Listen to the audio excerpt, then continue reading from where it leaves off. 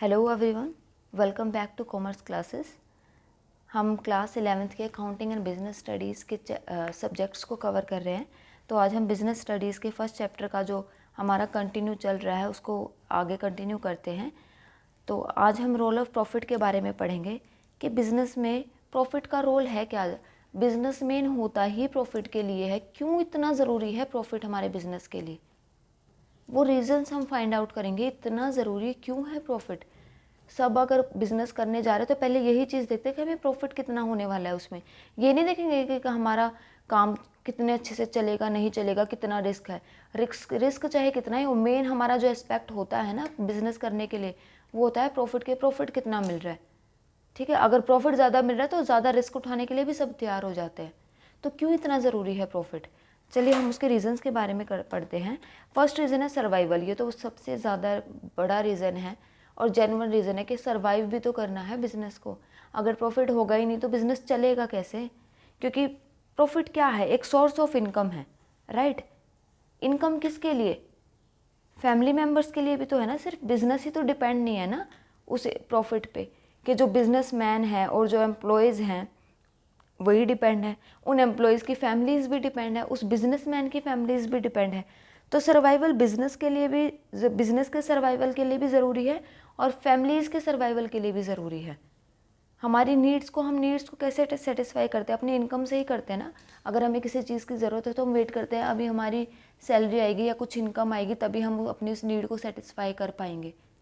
तो सर्वाइवल के लिए तो बहुत ज़रूरी है, बिजनेस के सर्वाइवल के लिए भी और फैमिली मेम्बर्स के सर्वाइवल के लिए भी। नेक्स्ट हमारा आता है एक्सपेंशन एंड ग्रोथ। एक्सपेंशन के लिए, ग्रोथ के लिए भी प्रॉफिट हमारा सबसे ज़्यादा ज़रूरी है। कैसे, अगर हमारा प्रॉफिट ज़्यादा हुआ है, लार्ज हुआ है, ये देखिए मैंने की पॉइंट्स ही लिखे हैं, मैं उनको आपको एक्सप्लेन करने जा रही हूँ।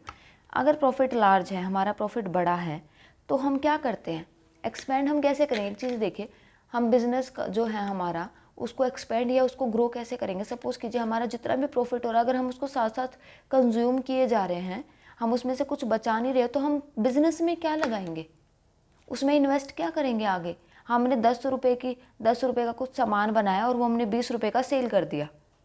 हमारे पास 10 रुपये थे, 10 रुपये का हमने बिजनेस खोल लिया और बना के सामान उस 10 रुपये का और 20 रुपये का सेल कर दिया। हमें तो डबल फ़ायदा हो गया ना, 10 की जगह 20 रुपये का बिक गया। अब उस 20 रुपये का हमने क्या किया, हमने सारा अपने पर्सनल यूज़ के लिए कंज्यूम कर लिया।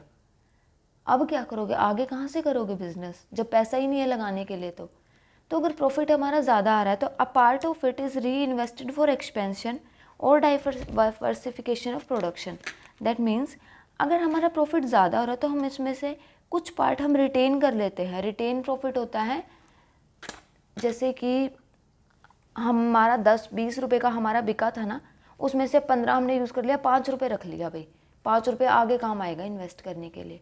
ठीक है, तो a part of it is री इन्वेस्ट, दोबारा इन्वेस्ट करने के लिए, एक्सपेंशन के लिए और डाइवर्सिफिकेशन के लिए, प्रोडक्शन को डाइवर्सिफाई करने के लिए, और ज़्यादा बढ़ाने के लिए। क्योंकि अब अगर हम बाहर से लोन लोगे तो उस पर आपको इंटरेस्ट पे करना पड़ेगा, वो लोन भी लौटाना, उसकी भी भड़क सर पे, और फिर उसका इंटरेस्ट पे करना, उसकी भी भड़क सर पे। तो अपना रिटेन प्रॉफिट ही रख लो ना भाई तुम, कि तुम्हें इंटरेस्ट भी नहीं पे करना पड़ेगा, किसी का प्रेशर भी नहीं होगा, थोड़ा सा उसी में से रख लो। ठीक है, तो प्रॉफिट कितना ज़रूरी हो गया ना हमारा। प्रॉफिट के बारे में पढ़ रहे कि क्यों ज़रूरी, तो हो गया ना कितना ज़रूरी रखने के लिए। थर्ड हमारा आता है symbol of efficiency. Symbol of efficiency कैसे है, एफिशिएंसी मतलब उसकी, ये आप ये लगा लीजिए, जैसे अगर आपका प्रॉफिट ज़्यादा है, अगर आपका हायर प्रॉफिट है तो क्या इंडिकेट करेगा, एफिशिएंसी ऑफ मैनेजमेंट, मतलब मैनेजमेंट बहुत अच्छे से एफिशिएंटली काम कर रही है। अगर आपका प्रॉफिट लो है तो इनएफिशिएंसी ऑफ मैनेजमेंट हमारा इंडिकेट करेगा। एफिशिएंसी को दर्शाता है हमारा प्रॉफिट, हम कितने एफिशिएंट हैं। ठीक है, हमारी मैनेजमेंट कितनी एफिशिएंट है किसी काम को करने में। हायर है प्रॉफिट तो हमारी एफिशिएंसी भी ज़्यादा होगी, हम ज़्यादा अच्छे से काम करेंगे, ज़्यादा पैसा लगाएंगे। ठीक है, नेक्स्ट पॉइंट आ गया हमारा reward for bearing the risk. मैंने आपको भी स्टार्टिंग में बोला था ना, अगर प्रॉफिट ज़्यादा है ना भाई तो रिस्क भी कितना ही हो, बंदा लेने के लिए तैयार हो जाता है। ठीक है, तो रिवार्ड हमारा इनाम हो गया रिस्क को बियर करने का ही। अगर हम रिस्क उठा रहे हैं तो हमें इनाम में इतना अच्छा प्रॉफिट मिल रहा है। Desire to earn profit motivates to bear the uncertainties. हमारी जो डिज़ायर, हमारी जो इच्छा होती है ना, अंदर की उत्सुकता होती है कि हमें ये प्रॉफिट दिख रहा है, कितना प्रॉफिट है, वही हमें मोटिवेट करता है बियर करने के लिए अनसर्टेनिटीज़ को, कि चलो जो होगा देखा जाएगा भाई, पैसा कमाना है, प्रॉफिट कमाना है, तो जो होगा देखा जाएगा। ये हमारे माइंड में थिंकिंग होती है उस टाइम पे। Profit and risk are directly related to each other. जो प्रॉफिट और रिस्क है ना, वो डायरेक्टली रिलेटेड होते हैं एक दूसरे से। जैसे कि डायरेक्टली रिलेटेड कैसे? अगर प्रॉफिट ज़्यादा है तो रिस्क ज़्यादा, प्रॉफिट कम है तो रिस्क कम। ये देखिए, अगर प्रॉफिट ज़्यादा होगा तो हमारा रिस्क भी ऊपर के साइड इंक्रीज़ ही होगा। अगर हमारा प्रॉफिट कम हो रहा है तो हमारा रिस्क भी कम ही होगा। तो ये हमारा डायरेक्टली रिलेटेड हो गया, ठीक है। नेक्स्ट पॉइंट आता है हेल्प्स टू गेन रेपुटेशन और गुडविल। रेपुटेशन का तो आपको पता होगा, गुडविल थोड़ा सा टेक्निकल टर्म है अकाउंटिंग में, बिजनेस स्टडीज़ में। गुडविल क्या होता है? रेपुटेशन से रिलेटेड, मतलब बहुत ही अच्छा नाम कमाना है। गुडविल एक उसकी बहुत अच्छी गुडविल है, ठीक है, उसका बहुत अच्छा नाम है हमारे मार्केट में। तो वो क्या, अब एक बात देखिए यार, आपका प्रॉफिट पे प्रॉफिट हो रहा है, आप कंपनी को बढ़ाते जा रहे हो, रिटेन करके प्रॉफिट को एक्सपेंड करते जा रहे हो, आपकी रेपुटेशन बढ़ेगी नहीं बढ़ेगी? ठीक है। मार्केट प्राइस ऑफ शेयर्स बढ़ेंगे नहीं बढ़ेंगे? प्रॉफिट बढ़ रहा है, मार्केट शेयर्स बढ़ रहे हैं, तो कितनी अच्छी गुडविल बन रही है कि हाँ अभी वो कितना अच्छा बड़ा बिजनेसमैन है, राइट। ये हमारे कुछ पॉइंट्स थे कि प्रॉफिट इतना ज़रूरी हमारे लिए क्यों है, हमारे बिजनेस के लिए ज़रूरी क्यों है। नेक्स्ट जो अभी हम पढ़ेंगे वो हम पढ़ेंगे बिजनेस एक्टिविटीज़ के बारे में। बिजनेस की एक्टिविटीज़, इकोनॉमिक एक्टिविटीज़ नहीं, इकोनॉमिक एक्टिविटीज़ के अंदर बिजनेस आता है। अब हम बिजनेस की एक्टिविटीज़ के बारे में पढ़ने जा रहे हैं। पहले हमने इकोनॉमिक एक्टिविटीज़ और नॉन इकोनॉमिक एक्टिविटीज़ के बारे में पढ़ा था। बिजनेस में कौन सी एक्टिविटीज़ होती है? दो टाइप की एक्टिविटीज़ होती है। First one is industry and the second one is commerce, ठीक है। आज हम सिर्फ इंडस्ट्री को कवर करेंगे, अदरवाइज जो आपकी वीडियो वो काफ़ी लेंदी हो जाएगी। तो पहले हम इंडस्ट्री के बारे में पढ़ लेते हैं। इंडस्ट्री के भी फर्दर 3 पॉइंट्स हैं। First one is primary, secondary and territory. Okay, first one जो प्राइमरी में आता है, एक आता है एक्सट्रैक्टिव एंड जेनेटिक। सेकेंडरी में आता है मैन्युफैक्चरिंग एंड कंस्ट्रक्टिव। आपको बहुत ही भारी भरकम से वर्ड्स लग रहे होंगे ना, अभी ये मैं पढ़ा रही हूँ आपको कि ये कैसे अजीब से वर्ड्स है। बहुत ईजी है, आगे हम इनको कंटिन्यू करेंगे। और जो थर्ड है उसमें आता है transport, banking, communication, insurance and advertising. तो आज हम इस इंडस्ट्री वाली जो पॉइंट है उसको कवर करेंगे अभी, और नेक्स्ट वीडियो में हम अपने कॉमर्स को कवर करेंगे। अब हम इंडस्ट्री के बारे में पढ़ने जा रहे हैं, तो पहले हमें उसका मतलब पता होना चाहिए। इंडस्ट्री है क्या, किसको इंडस्ट्री बोलते हैं? तो इसका मीनिंग में हम क्या पढ़ेंगे? It refers to an activity which converts raw material into useful products. पहला पॉइंट, ये उस एक्टिविटी को रेफर करता है, इंडस्ट्री में वो एक्टिविटीज़ की जाती हैं जिसमें कि हम कन्वर्ट करते हैं, बदलते हैं रॉ मटेरियल को यूज़फुल प्रोडक्ट में। रॉ मटेरियल जैसे मैंने आपको क्लोथिंग का एग्जांपल दिया था। अगर आपको रेडीमेड आप कपड़े बना रहे हो तो शर्ट बनाने के लिए पहले आप फैब्रिक लेके आओगे ना, कपड़ा 5 मीटर ले आए, 10 मीटर ले आए, तो जो आप कपड़ा लेके आए ना वो आपका रॉ मटेरियल हो गया, क्योंकि उसे आप फर्दर प्रोसेस में लेके आके कुछ और बना रहे हो, ठीक है। तो ये आपका रॉ मटेरियल हो गया। यूज़फुल प्रोडक्ट क्या होगा? आपका शर्ट होगा। तो जो आपका क्लॉथ है, जो आप कुछ मीटर लेके आए हो, वो आपका रॉ मटेरियल है। और जो आपकी शर्ट आपने रेडी की है बना के, स्टिच करके, वो आपका यूज़फुल प्रोडक्ट हो गया, या फिर एंड प्रोडक्ट, फिनिश्ड प्रोडक्ट, काफ़ी चीज़ें इसे बोल देते हैं इसके बारे में। तो ये आपका यूज़फुल प्रोडक्ट हो गया। तो इंडस्ट्री में ये एक्टिविटीज़ की जाती हैं। It includes activities related to production and processing. देखिए मैंने अभी यही बताया ना, प्रोड्यूस करना, ये बन गया हमारी शर्ट, शर्ट को प्रोड्यूस किया हमने। प्रोसेसिंग मतलब हमने क्लॉथ को प्रोसेस किया है, मतलब उसमें काम किया। प्रोसेस मतलब कुछ काम करना, उसको आगे कुछ उसमें किसी चीज़ में कन्वर्ट करना, ठीक है। इंडस्ट्री का पर्पज़ क्या होता है? क्यों इंडस्ट्रीज लगाई जाती है? क्यों उसमें ये सारे काम होते हैं? To create form utility by converting raw material. Raw material को कन्वर्ट करके उसकी यूटिलिटी को क्रिएट करना। जैसे कि रॉ मटेरियल है, वो जो कपड़ा है आप उसको यूज़ कर सकते हो। सिर्फ फैब्रिक को आप कैसे यूज़ करोगे? अपनी बॉडी को कवर करने के लिए आप उस कपड़े को कैसे यूज़ करोगे? जो क्लॉथ था आप उसको यूज़ कर लोगे? नहीं ना। उसकी यूटिलिटी को क्रिएट करने के लिए, मतलब यूटिलिटी मतलब उसके यूजेस को अपने तक कंज्यूम करने के लिए हमें उसको कन्वर्ट करना पड़ता है। तो ये उसका मेन पर्पस है, कन्वर्ट करना। इंडस्ट्री का मेन पर्पस क्या है? कन्वर्ट करना, ठीक है, यूटिलिटी को क्रिएट करना, किसी चीज़ की यूजनेस को बढ़ाना, ठीक है। It is also use to refer to a group of firms producing similar and related goods. आपने सुना होगा, अच्छा एक चीज़ है, सूरत में सबसे बड़ी टेक्सटाइल इंडस्ट्री है हमारे इंडिया की। टेक्सटाइल मतलब कपड़े से रिलेटेड है, सीमेंट इंडस्ट्री हो गई। टेक्सटाइल इंडस्ट्री मतलब इसमें सारी कपड़े की मार्केट्स आ जाएंगी। सीमेंट इंडस्ट्री मतलब इसमें सारी सीमेंट की कंपनीज़ है, फैक्ट्रीज है, सब आ जाएंगी। मतलब ये कि एक जैसे फर्म्स को ग्रुप करना, सिमिलर जो है ना रिलेटेड गुड्स के, कपड़े की मार्केट को टेक्सटाइल इंडस्ट्री बोल दिया, सीमेंट को सीमेंट इंडस्ट्री बोल दिया, तो ऐसे ही उनको ग्रुप कर दिया जाता है। अब चलिए इनके टाइप्स के बारे में पढ़ लेते हैं कि किस किस टाइप्स की होती है इंडस्ट्रीज। जैसे कि मैंने बताया इसमें 3 टाइप्स हैं। First is primary industry. हम प्राइमरी इंडस्ट्री के बारे में पढ़ेंगे, उसमें कौन सी कंपनीज आती हैं, फैक्ट्रीज आती हैं। प्राइमरी इंडस्ट्री में ना extraction of natural resources and reproduction of living species, ये 2 मेन चीज़ें हैं। प्राइमरी इंडस्ट्री सबसे पहली इंडस्ट्री होती है जिसके अंदर हम नेचुरल रिसोर्सेज में से एक्सट्रैक्ट कर रहे हैं चीज़ों को। जैसे कि एग्जांपल मैं आपको देती हूँ, जंगल है, फॉरेस्ट होता है, उसमें से हम पेड़ काट के लेके आ रहे हैं। हमने नेचुरल रिसोर्स, जो फॉरेस्ट था, हमारा जो फॉरेस्ट है वो एक नेचुरल रिसोर्स हो गया। उस फॉरेस्ट में से हमने एक्सट्रैक्ट कर लिया, मतलब निकाल लिया, उससे ले लिया, हमने क्या ले लिया, वुड ले लिया, लकड़ियाँ ले ली उसमें से। और रिप्रोडक्शन ऑफ लिविंग स्पीशीज वो भी आएगा आपका। फॉरेस्ट में से लकड़ी लेके हम फर्नीचर बना रहे हैं, इंडस्ट्री में काम हो गया ना। लकड़ी को हमने फर्नीचर में कन्वर्ट कर दिया, रॉ मटेरियल थी लकड़ी हमारी, ठीक है, उसको हमने फर्नीचर में, फिनिश्ड गुड में कन्वर्ट कर दिया। तो इसमें जो क्या होता है, मेन पहली इंडस्ट्री आती है एक्सट्रैक्टिव इंडस्ट्रीज़। ये इंडस्ट्रीज़ का ग्रुप है जिसमें मिनरल्स को, जैसे मैंने ये एग्जांपल दिया था ना फॉरेस्ट का, ऐसे ही मिनरल्स को हम अर्थ से निकालते हैं, कोयला हो गया, राइट। फिश को हम रिवर से निकालते हैं, टिम्बर को हम फॉरेस्ट से निकालते हैं, जैसे मैंने आपको बताया, वुड ले लिया, टिम्बर ले लिया। तो हम एक्सट्रैक्ट कर रहे हैं, उसको निकाल रहे हैं नेचुरल रिसोर्स में से। अर्थ हमारी एक नेचुरल रिसोर्स है, रिवर्स नेचुरल रिसोर्स है, फॉरेस्ट नेचुरल रिसोर्स है। उसमें अगर हम कोई चीज़ ले रहे हैं तो हम उसको एक्सट्रैक्ट कर रहे हैं। ये एक्सट्रैक्टिव इंडस्ट्रीज़ का काम होता है। The products of extractive industries can be directly used or become raw material for other industries. अब एक चीज़ देखिए, मैंने आपको बताया, अगर हमने टिम्बर और लकड़ी निकाली है फॉरेस्ट में से, हम उसको यूज़ करें फर्नीचर बनाने के लिए, क्या सिर्फ वो फर्नीचर बनाने के लिए यूज़ हो रही है? नहीं ना, हम उसको डायरेक्ट भी तो यूज़ करते हैं, एज अ फ्यूल यूज़ करते हैं ना, ईंधन के उसमें हम लकड़ियों को डायरेक्ट जला भी तो लेते हैं, ठीक है।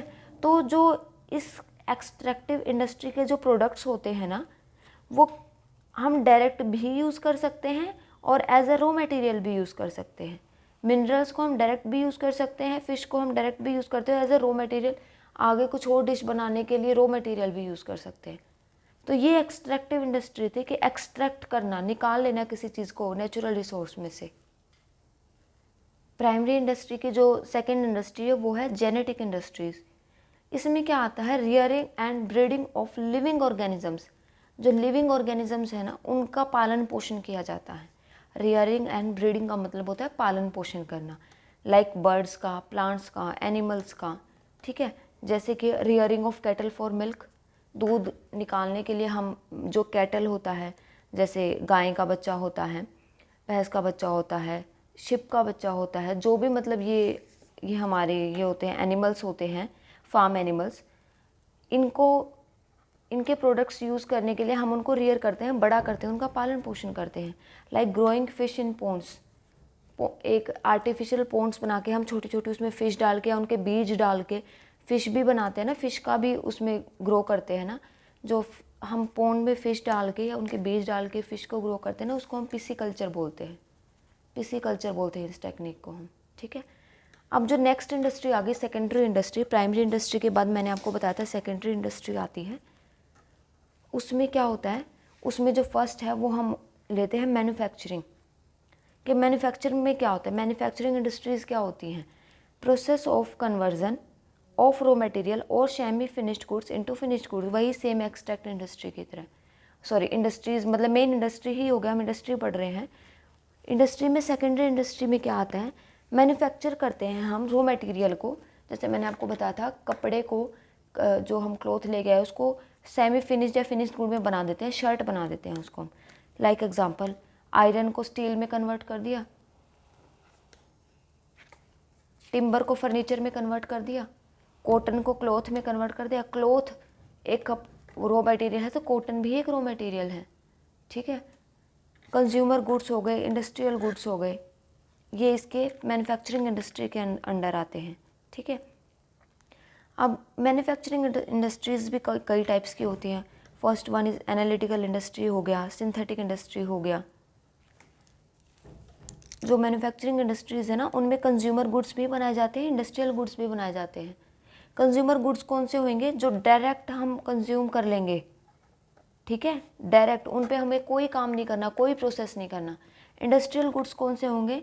जिन्हें हम फर्दर प्रोसेस करेंगे, प्रोसेस फर्दर, राइट, जिनके ऊपर और कुछ काम करके इंडस्ट्रीज़ के लिए, मान लो कोई इंडस्ट्री है, अब जैसे हमारे लिए ना क्लॉथ है, हम उसको डायरेक्ट यूज़ कर रहे हैं, और उसको वही क्लॉथ इंडस्ट्रीज़ के लिए वो इंडस्ट्रियल गुड हो गया, रॉ मटेरियल हो गया, उसकी वो शर्ट बनाएंगे। तो कंज्यूमर गुड्स और इंडस्ट्रियल गुड्स क्लियर हो गया। कंज्यूमर गुड्स जो डायरेक्ट यूज़ हो without any process, industrial goods जो प्रोसेस होके उसमें वो फिनिश्ड गुड बने। अब कुछ टाइप्स होती हैं मैन्युफैक्चरिंग इंडस्ट्रीज़ की, that is analytical industry and synthetic industry. Analytical industry में क्या होता है? Raw material is broken into parts to produce finished goods. जो रॉ मटेरियल है उनको पार्ट्स में हम तोड़ देते हैं और एज ए फिनिश्ड गुड्स को प्रोड्यूस करते हैं। सिंथेटिक इंडस्ट्री में क्या होता है? Two or more materials are mixed to manufacture some new product. Synthetic में होता है कि अब इसमें क्या किया हमने, एक ही मटेरियल को पार्ट्स में तोड़ दिया और उसे हमने as a raw material use किया। इसमें क्या होता है? अलग अलग मटेरियल्स को हम मिला के एक मटेरियल बनाते हैं। इसमें एक को ही अलग अलग तोड़ दिया, ठीक है, और इस वाले में अलग अलग को मिला के इसको मिला दिया, इसको मिला दिया, इसको मिला दिया और एक बना दिया। ये इनका डिफरेंस है एनालिटिकल का और सिंथेटिक इंडस्ट्री का, ठीक है। इनके मैं आपको एक एक एग्जांपल बता देती हूँ। एनालिटिकल इंडस्ट्री में जैसे मैं आपको तब से क्लॉथ का एग्जांपल देती हुई चल रही हूँ, तो एक ही क्लॉथ है, उसको कट करके अलग अलग शर्ट्स बना दी हमने, एक ही को काट के अलग अलग बना दिया, हो गया। इसमें आप एक मैगी का मैं आपको एग्जांपल देती हूँ। मैगी है, ठीक है, मैगी का मसाला अलग होता है, उसके नूडल्स अलग होते हैं, तो मसाले को और नूडल्स को मिला के एक प्रोडक्ट बना दिया मैगी। अच्छा एग्जांपल था ना। तो ये इसके कुछ एग्जांपल्स थे सिंथेटिक और एनालिटिकल इंडस्ट्री के, जो मैन्युफैक्चरिंग के अंडर आ रहे हैं, ठीक है। नेक्स्ट है प्रोसेसिंग इंडस्ट्री, ये भी मैन्युफैक्चरिंग इंडस्ट्री के अंडर आ रही है। प्रोसेसिंग में क्या होगा? रॉ मटेरियल को प्रोसेस किया जाएगा। मैंने आपको बताया था ना, प्रोसेस का मतलब ही क्या होता है? रॉ मटेरियल को प्रोसेस करके उसको फिनिश्ड गुड बनाना। नेक्स्ट हमारा आता है असेंबली इंडस्ट्री। इसमें क्या होता है? वेरियस फिनिश्ड गुड्स को कंबाइन किया जाता है एक नया फिनिश्ड गुड बनाने के लिए। बहुत सारे फिनिश्ड प्रोडक्ट्स भी होते हैं जिनको कंबाइन करके हमें एक और प्रोडक्ट बना देते हैं, है ना। जैसे कि एग्जांपल में चॉकलेट एक फिनिश्ड गुड है, हम उसको ऐसे कैसे कंज्यूम कर लेते हैं, बट उसको प्रोसेस करके, उसको मेल्ट करके, कुछ भी करके उसका केक बना दिया, हो गया ना। फिनिश्ड गुड्स को अब मिला के उसके अंदर कुछ चॉकलेट मिलाई आपने केक बनाने के लिए, उसके अंदर और भी चीज़ें मिलेगी, एग भी मिलेगा, ब्रेड भी मिलेगा, तो ये सारे आपस में फिनिश्ड प्रोडक्ट्स हैं। ब्रेड हम ऐसे कैसे भी कंज्यूम कर लेते हैं, इन सबको मिला के केक बना दिया, तो ये एक असेंबली इंडस्ट्री का एग्जाम्पल हो गया, ठीक है। नेक्स्ट हमारी आती है सेकेंडरी इंडस्ट्री में ही कंस्ट्रक्टिव इंडस्ट्री। कंस्ट्रक्टिव में क्या होता है? It is concern with the construction of building, dams and roads. जो कि बिल्डिंग होगी, डैम हो गए, रोड्स हो गए, उनको कंस्ट्रक्ट करती है, उनको बनाती है। Their products can not be transferred और शिफ्टेड टू मार्केट, राइट। आपने बिल्डिंग बना दी, आप उसको मार्केट में लाके सेल कर सकते हो, उसको उठा के, वो आ ही नहीं सकती। रोड उठा के ला सकते हो आप? नहीं आ सकते। कंस्ट्रक्टिव इंडस्ट्री में आज सिर्फ कंस्ट्रक्शन आती है, ठीक है। लास्ट हमारा आता है सर्विस इंडस्ट्री और टर्शियरी इंडस्ट्री, जो कि हमारा पार्ट है इंडस्ट्री का थर्ड पार्ट, सर्विस इंडस्ट्री। इसमें क्या होता है? It provide services which support the activities of primary and secondary industry. ये सिर्फ सर्विसेज प्रोवाइड करती है जो कि प्राइमरी और सेकेंडरी को काफ़ी हेल्प करता है अपना काम करने में। कैसे? अब मान लीजिए प्राइमरी इंडस्ट्री में हमने बताया था ना, हमने टिम्बर काट लिया, वुड काट लिया और हम उसको फर्नीचर बना के बेचेंगे। अब उस टिम्बर को, उस वुड को हमें जहाँ हम फर्नीचर बनेंगे वहाँ तक लेके आना पड़ेगा ना, या फिर उस फर्नीचर अगर हमने वहीं बना लिया तो उस फर्नीचर को भी मार्केट तक लेके आना पड़ेगा ना सेल करने के लिए। वो कैसे लेके आएगी कंपनी? वो प्राइमरी इंडस्ट्रीज़ को वहाँ से कैसे लाएगी? ट्रांसपोर्ट के थ्रू लाएगी। तो वो ट्रांसपोर्ट जो है वो सर्विस इंडस्ट्री का पार्ट है, ठीक है। अब बैंकिंग हो गया, बैंकिंग में, ट्रांसपोर्ट में हम मूवमेंट ऑफ गुड्स करते हैं, एक जगह से दूसरी जगह लेके आना। बैंक्स हैं, वो भी हमें सर्विस प्रोवाइड कर रही है। सपोज़ कीजिए हमने जैसे बताया था क्लोथिंग का हम वो कर रहे हैं, हमारे पास पैसे नहीं है, हमने रिटेन प्रॉफिट से 5 रुपये बचाए थे, मान लो रिटेन प्रॉफिट से हमने 5 रुपये बचा लिए, ठीक है। अब हमें लेके सामान लेके आना 10 रुपये का, 5 रुपये कहाँ से लाए? वो लोन ले लेंगे हम बैंक से, तो बैंक ने हमें सर्विस प्रोवाइड किया ना, क्रेडिट फैसिलिटी दी हमें। इंश्योरेंस हो गया, कवरेज फ्रॉम रिस्क, हम इंश्योरेंस करवा लेते हैं, ठीक है, रिस्क को कवर करने के लिए। इसका बहुत ही एक ऐसा एग्जांपल मैं अभी आपको देती हूँ। रिसेंटली एक चीज़ हुई है। एक्चुअली क्या है, हमारी जो गाड़ी थी वो चोरी हो गई। अभी 2 दिन पहले, अब ये वीडियो जिस दिन मैं अब ये अपडेट करूँगी वीडियो, इससे 2 दिन पहले रात को हमारी वरना गाड़ी थी वो चोरी हो गई। बट रिस्क कितना है, एक चीज़ देखिए ना, वरना गाड़ी हमारी चोरी हुई, हमें कम से कम, हमने 2-3 साल पहले वो नहीं ली थी, उसकी कुछ वैल्यू तो थी ना हमारे पास। अगर हमने उसको यूज़ किया तो कम से कम 10-12 लाख उसकी वैल्यू हमारे पास थी, अभी बची हुई थी। बट हमारा कितना बड़ा लॉस हो गया। बट एक चीज़ का फ़ायदा, हमने उसका इंश्योरेंस करवा रखा था, तो हमें इतना लॉस बियर नहीं करना पड़ेगा। हमें इंश्योरेंस का कुछ अमाउंट कुछ टाइम पीरियड के बाद हमें मिल जाएगा, ठीक है। तो इंश्योरेंस का कितना ज़्यादा फ़ायदा है रिस्क को कवर करने के लिए। अगर हमने इंश्योरेंस नहीं करवा रखा होता हमारी गाड़ी का, तो फिर तो भाई गए 10-12 लाख रुपए गए, ठीक है। नेक्स्ट हमारा आता है वेयर हाउसिंग। वेयर हाउसिंग क्या होता है? एक स्टोरेज प्लेस होता है, ये भी सर्विस दे रहा है। कुछ पेरिशेबल गुड्स होते हैं, मतलब वो जो काफ़ी जल्दी ख़राब। अच्छा, एक चीज़ इसमें मैं एग्जांपल, एक काफ़ी अच्छा एग्जांपल देती हूँ आपको। आपको हर सीज़न में मैंगो मिलता है? नहीं मिलता। बनाना तो आपको हर सीज़न में, कुछ फ्रूट्स ऐसे होते हैं जो आपको हर सीज़न में नहीं मिलते, ठीक है। बट कहीं कहीं पे आप बड़े बड़े होटल्स में जाके, आप घर पे तो आपको मम्मी ला के देने से रहे कि आप विदाउट सीज़न आप उनको कुछ भी बोल दो कि मुझे अपने इस सीज़न में मुझे मैंगो चाहिए, ठीक है। मैंगो का सीज़न है नहीं और आपको मैंगो चाहिए, थप्पड़ पड़ेगा। तो क्या होता है, अगर कुछ चीज़ें ऐसी होती है, अगर आप बड़े बड़े होटल्स में, रेस्टोरेंट्स में जाके बोलते हो, तो वो आपको डिश वहाँ मिल रही है। भाई वहाँ उनको कैसे मिला वो चीज़? जब हमें घर पे मम्मी नहीं दे रही है तो वहाँ कैसे मिल गई वो चीज़? वो कैसे मिलती है? स्टोरेज प्लेस पे। वेयर हाउसेज होते हैं जो कुछ गुड्स को, कुछ चीज़ों को ना स्टोर करके रखते हैं। एमरजेंसी के लिए भी होता है ये स्टोरेज, सिर्फ गुड्स के लिए ये नहीं होता कि जो उस सीज़न में नहीं मिल रहा है वो तब मिल जाएगा। एमरजेंसी के लिए भी होता है, जैसे गेहूँ हो गए, चावल हो गए, उनकी एमरजेंसी स्टोरेज भी होती है, कभी कोई विपदा आ जाए, ठीक है, कुछ इमरजेंसी आ जाए, तो ये चीज़ होती है। और लास्ट हमारा होता है advertising. Advertise information to consumer, ये भी एक सर्विस है। कंज्यूमर को इन्फॉर्मेशन, एडवर्टाइजिंग के थ्रू हमें इन्फॉर्मेशन मिलती है प्रोडक्ट्स के बारे में, है ना। प्रोडक्ट्स के बारे में हमें इन्फॉर्मेशन कहाँ से मिलती है? एडवर्टीजमेंट ही तो देखते हैं हम टीवी में। तो ये हमारी इंडस्ट्री का पार्ट था। नेक्स्ट क्लास में हम कॉमर्स के पार्ट को डिस्कस करेंगे। तो इस वीडियो में आज तक के लिए इतना ही। नेक्स्ट वीडियो में मिलते हैं, और तब तक के लिए आप प्लीज़ मेरे चैनल को सब्सक्राइब कर लीजिएगा। Thank you.